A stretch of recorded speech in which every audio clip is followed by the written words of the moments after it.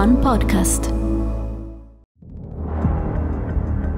Il 13 novembre del 2015 un comando di 10 terroristi dello Stato islamico spezza il cuore di Parigi attaccando in simultanea diversi bersagli, uccidendo 130 persone e ferendone diverse centinaia.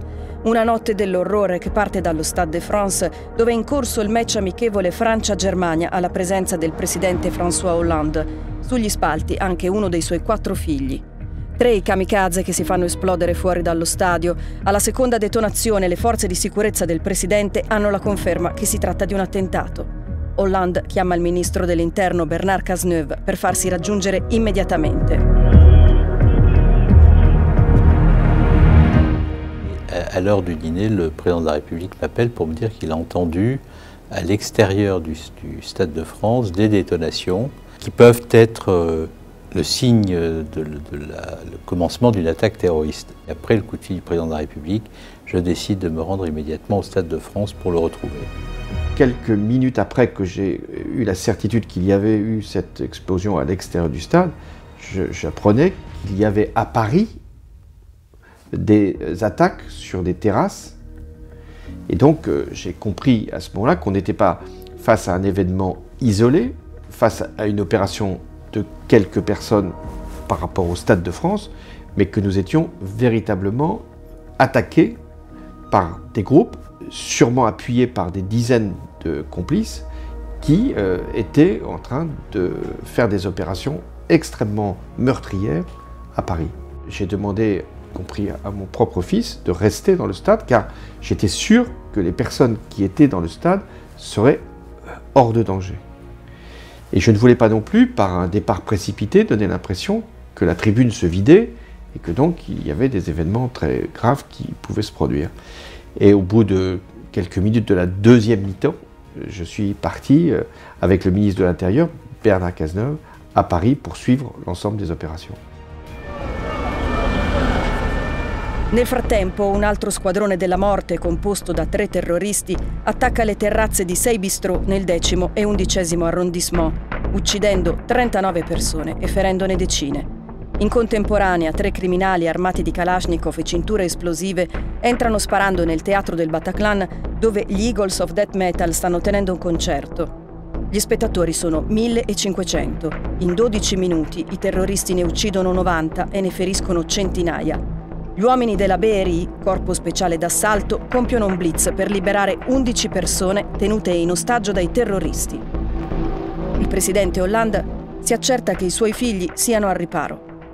Sur le moment, j'ai fait ce que tout père de famille, toute mère de famille fait quand nous apprenons qu'il se passe quelque chose de grave. J'ai envoyé des SMS et essayé d'appeler mes enfants. J'étais rassuré. J'en ai 4. Hein. Il y en avait un qui était dans le stade et les 3 autres m'ont très rapidement dit qu'ils s'étaient mis à l'abri. Mais je mesurais, en faisant ces appels, ce que pouvait être la détresse des familles qui n'arrivaient pas à joindre leurs proches ou qui apprenaient assez vite qu'ils étaient sur les terrasses ou au Bataclan. Donc un président, tout chef de l'État qu'il est et qui doit mener des opérations, il est aussi un parent, un frère donc de ce qui se passe. Donc je n'ai pas pu me départir de ce qu'était ma propre émotion et de ce que pouvait être ma compassion à l'égard des parents des victimes ou des victimes elles-mêmes. Solo dopo il blitz, il presidente Hollande e il ministro Cazeneuve si recano al Bataclan per fare sentire la loro presenza e vicinanza. Ha raccontato che la sera degli attacchi un parigino le ha urlato dalla finestra che era tutta colpa sua. Lei non ha risposto. Cosa vorrebbe dirgli se potesse tornare indietro? Mais même quand vous prenez 100% de précaution, ce n'est jamais le risque zéro. Même si 0 précaution, c'est toujours 100% de risque. Et ça, c'est très difficile de le faire comprendre aux citoyens. Mais le rôle du ministre de l'Intérieur, à ce moment-là, c'est d'expliquer ce qu'il fait, d'accepter la critique, d'y répondre avec beaucoup de rigueur et de précision, et d'être encore une fois concentré sur son métier pour essayer de faire en sorte que les choses se passent le mieux possible ou le moins mal possible dans un contexte de menace terroriste extrêmement élevé. Dopo essere stati al Bataclan, Hollande e Cazeneuve, insieme ad altri ministri, tornano al Ministero dell'Interno dove restano svegli tutta la notte a parlare delle loro emozioni. Un momento che li vedrà uniti per sempre. Les autorités, ce sont des personnes humaines.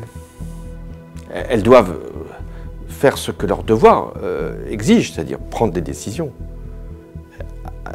assumer un certain nombre de choix, aller vers les victimes, vers la population pour montrer de la solidarité, de la compréhension.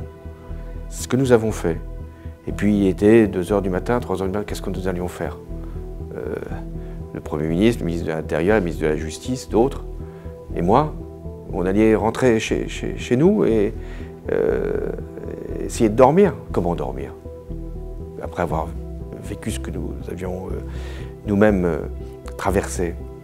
Donc nous avons parlé, parce que c'était une façon pour nous aussi de libérer cette charge, non pas la charge que nous avions à assumer, mais la charge psychologique.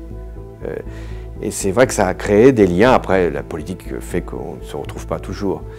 Mais ça restera pour nous, ces personnalités qui étaient là, des moments inoubliables et qui ne nous sépareront jamais. Per entrambi, il ricordo più forte di quella serata terribile è legato all'uscita dei feriti dal Bataclan. Et puis c'est peut-être l'image de cette jeune femme qui sort du Bataclan, le regard perdu, comme si, alors même qu'elle est vivante et bien vivante, la vie lui avait été soustraite du regard par l'extrême violence de l'attaque qui vient de se produire. C'est une image très forte, très émouvante et en même temps terrible. Mais je me suis mis devant cette porte et j'ai vu des victimes blessées ou qui sortaient. Et c'est le moment le plus fort de cette soirée inoubliable.